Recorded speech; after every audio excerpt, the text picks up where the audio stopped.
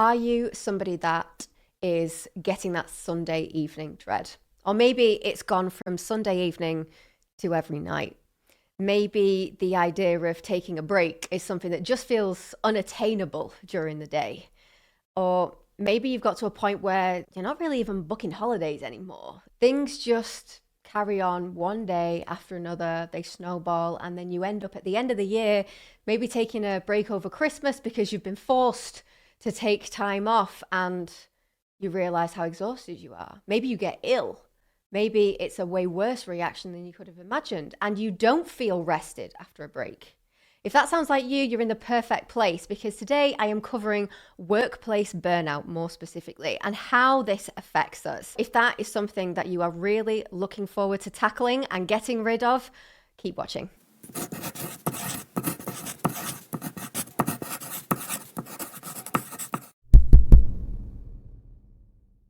Hi, I'm Caroline. I am your personal performance coach. I debug the mindsets, habits, and communication of aspiring high performers so they can work smarter, not harder. If that sounds like the kind of content that you really like, feel free to subscribe right below. It's free, it takes 2 seconds. I'd love to have you as part of that community. And with that being said, let's get into it. So, the modern workplace. Why are we ending up in this situation of cyclical burnout? This is something that I talked about in the very first video that I did around burnout basics and this idea of not really being built for today's environment. And kind of the best place to see this in action is the workplace because every single sector now is going digital, it's going online, and it's going further and further away from what we're built for. So the best kind of way to look at this is that if you think of the constant screens that we have, the constant scrolling, the constant need for some sort of distraction, that's about as far away as you can imagine from what our bodies and our minds are actually built for. If you think about it in terms of sitting down all day, every day, it's not what we're meant for. It's not what we were ever designed to do. Both physically and mentally, we're straying away from what comes naturally to us, from where we should be. But that doesn't change the fact that everything around us is going down that route, does it? So we need to learn how to work along with this, how to alter our performance so that we can get the results that we actually want.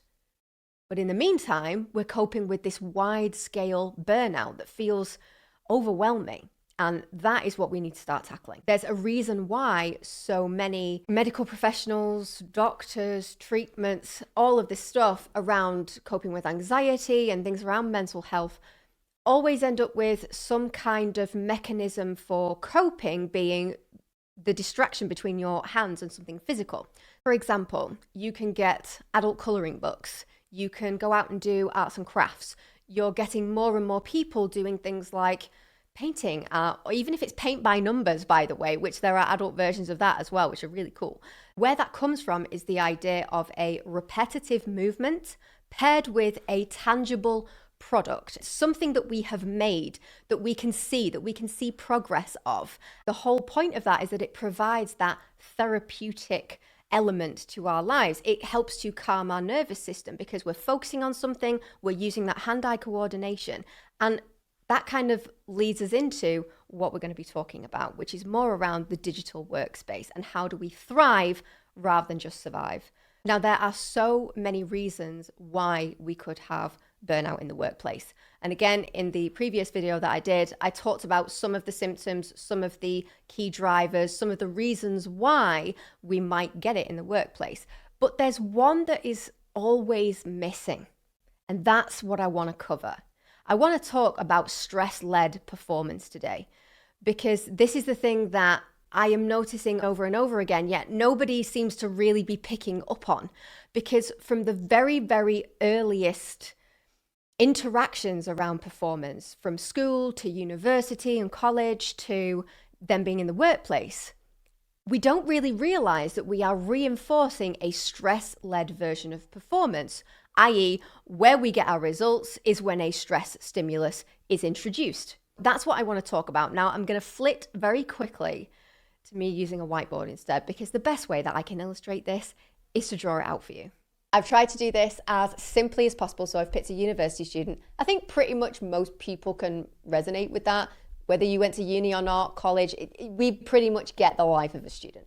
This is your baseline. This is your standard way of being, your standard performance level. And you go to classes and you're cruising through the year, and then you get an assignment. So that's an incoming stimulus of stress. We shoot up, our performance shoots up to cope with the stress, and then we crash back down again and we go, oh my God, that was a difficult all-nighter. Right, I'm taking the next 3 days off. It's acute, it's quite finite, that's fine. And then we get pretty much an enforced period of rest because there isn't another assignment for a while. So we go back to our baseline. We crawl back up through that period of rest and we establish baseline until the next assignment comes in. And over the course of the year, depending on how many assignments, how acute, how many rest periods, how long for, and the rest of our lifestyle and various things, this is where we can get to these larger peaks and troughs, because throughout a year, the first couple of semesters, we only have a couple of assignments, but then as we get to the end and we have exams, our performance really has to increase. And so the crash is just as bad. So then we come up to this point where we're at the end of the year. And then something really interesting happens. We get our first job. Now, throughout the course of the year, like I put down here, you can have those periods of enforced rest, and you might have social boundaries that lead to distractions from your performance. So things like going out, doing things, all of that. But you have greater control. You have a greater level of control over your performance and what you do day to day. But when you get your first job, all of that changes. So what happens when you get your first job? All of those lessons that you took away from university and from school and everything that led you to this point brings you here. Short answer, this. We get a very different version because we no longer have enforced periods of rest. It's more about constant projects. We have constant expectations, constant targets. So what happens? We have constant stress stimuli as well. And when we hit that first job, we want to make a really good impression. And there's a very definite stress stimulus that happens when there is an expectation for you to perform very highly. We're on our best behavior and it shoots up. And we can sustain it for a little bit, but eventually we're going to want to go back to baseline. But the problem is the expectation is completely wrong because our boss now thinks that our expectation is this of what we are on a daily basis. And it isn't, it's here. So they think that we're performing lower. We have a performance review and then they go, oh, I thought that you would be performing a little bit better than you are. We shoot up to cope with the stress stimulus and we're able to hold it for a little bit longer, but then after a while we dip and now we're way lower. So this will get worse the longer it carries on because we're constantly trying to force ourselves to operate in a stress response state permanently at that higher level of performance when we don't have any of the boundaries, any of the rest, any of the control that we had earlier to be able to elicit that response. So if anything, we end up here, where we end up way lower than our original baseline, and we don't know how we got there, because our level of burnout has reached a point where it's cyclical, and it now looks a little bit more like this. So if you do have those periods of rest, maybe you go on holiday or you take Christmas off, actually you don't recover that much. You still end up operating at a lower level because it's not enough. It's gone too far. And so you can then sustain what feels like a slightly higher level for a bit longer. Then you might go up again because of a stress stimulus, but eventually you will crash. And then at that point you think, oh, I need a new job. This is a toxic workplace. And actually the same cycle repeats over and over again with every new job you get, which is why it never fixes itself. Because the problem was never the job. It was always our stress-led version of performance rather than something that is more empowering, more useful. And it ends up with reactive decision-making and this idea of a high turnover of staff because far too many people operate under this model. And by the way, this works for high performers as well, people whose expectations are way higher, which is why I put this little line in here, because even if all of this is above, let's say this is baseline for 90% of the workforce, even if you're higher up, you can still sink below this line. Because to us, that's really low, but it doesn't matter. It's about that constant iterative version of adding more stress and more stress. And when it becomes chronic instead of acute, That's where the problems lie. And that's what we've got to tackle. So what are the main things that we can take away from this exercise? Well, as we talked about, when we were developing this idea of performance with school and university and college and everything, there were periods of enforced rest. There was the school holidays, or there was Easter break and autumn break, or there was the huge period in, if you are working in university semesters, those huge chunks of time in between where you were forced to rest, either because of the semesters or because of social groups, and you all want to go out and do things and whatever. That's great. That absolutely works, because you are taking that regular time so that those stress stimulus periods are exactly what they should be, which is peaks and troughs. They're short term. They don't necessarily lead to long-term burnout. Although we did see a lot more of that in COVID, because again, people were surrounded by screens everywhere all the time. But COVID is a different issue, and I want to deal with something that is more of a constant trend.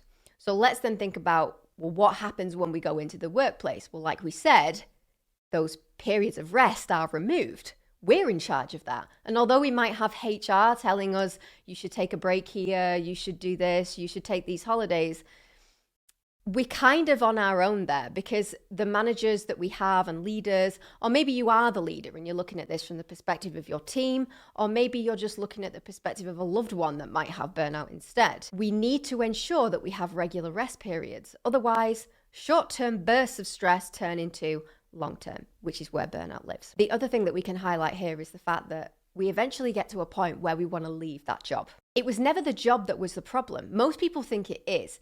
And when you think of the main reasons why people leave a job, it's usually not enough progression, a bad manager, not enough money, all those sorts of things. But a key one that is more emerging is this idea of not being in a space that values you and that caters to your mental health and well-being in the right way. You end up with toxic workplaces, which nobody wants to be in. But the problem is that we've all been trained to believe that a stress stimulus way of working, subconsciously albeit, but we've all been trained to believe that is really the only way. So all of our performance reviews and everything focuses on the result. It doesn't focus on how we think and feel, what leads to the behavior. Nothing focuses on that. We've got performance all wrong. And we should be focusing on actions and behaviors and what's the root cause. But all of our attention goes to the result, because that seems like the easiest, simplest thing for us to tackle. And all the while, this is like a snowball effect. So as I showed on that diagram, you've got those kind of continuously lower sections that are constantly getting worse and worse because we're not taking the rest period. So that short-term stress turns into longer term. So acute turns into chronic, which is something that I talked about in the last video. So what we want to do is we want to stop that snowball from going down the hill and gathering more and more material around it until we get to the point of burnout. We need to remove that stress-led version of performance. How do we do that? This is how. First of all, we need to start getting an awareness of where burnout is showing up in our lives. Now, I talked again in the last video about awareness, about the symptoms, but it's the impact that we need to pay closer attention to when we're talking about the workplace, because we never give ourselves rest periods. That can lead to, exhaustion and fatigue and all of that. But think about what it means within the business. Think about what it means within your career and your profession, your day-to-day life when you're turning up to work. How do you show up every day? How are you perceived within the business? It might be something simple to begin with, an inability to say no to things can further down the line work out as a workload overwhelm piece. But then there's other areas as well. So for example, if you are open to change and you react to it negatively because you're constantly in a stress state, and therefore you see all potential change as a threat rather than maybe an opportunity, something like that can make you maybe be perceived as more negative. Maybe it could impact whether you get promoted over other people because you're not somebody that can adapt and respond to change, and leaders need to do that. Or if you already are a leader, it might be the difference between you making it to director level. Or if you're a business owner, it might be that you are impacted to the point where your business development stalls, your revenue stalls, your progression as a company stalls because you've stalled. So we need to, first of all, think about the impact. We need to see and get really clear on what is going on where. What are all the impacts of the behaviors that are happening? Because that gives us the full picture. Then the next part to this, I'm going to break down into 3 easy, I hope, steps. Number 1, we need clarity. You need to get really clear on where the burnout is coming from. And I'm going to leave a link to a free worksheet that will help you do just that in the description below. I covered it in the last video, but you don't need to watch that. I'd recommend that you do because it gives you the basics, but you can just download the worksheet and get straight to it because we need to find the driver. We need to uncover the thing that is leading further down the line to the burnout, to the overwhelm, to all of those symptoms that you are experiencing, and then the impact of those symptoms that we just talked about. Then the second thing is we need to reset expectations of you. And that means that we need to look at what standards are you prepared to absolutely not negotiate on.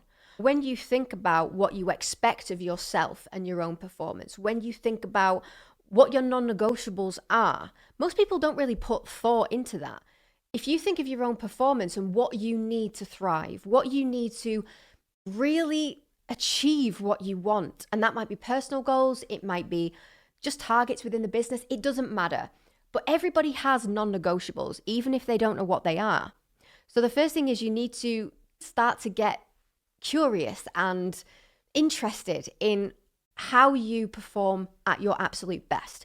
It might be times of day where you're more productive. It might be certain hobbies or things that you need in your day. It might be fitness. There might be a variety of things that you need to start trying out more to find your set of non-negotiables, because those non-negotiables help underpin your standards, your level of performance that you do not let drop.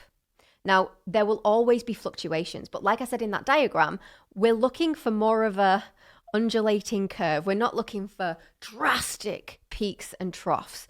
And in order to do that, there will always be periods of stress, but we need to at least aim to make sure that they are shorter term in the workplace. So that's the first thing. We need to get clarity. Second thing, we need to set the right expectations for ourselves around our standards, what we are prepared to negotiate on and what we are not. And then the third thing is we need to reset expectations with our manager.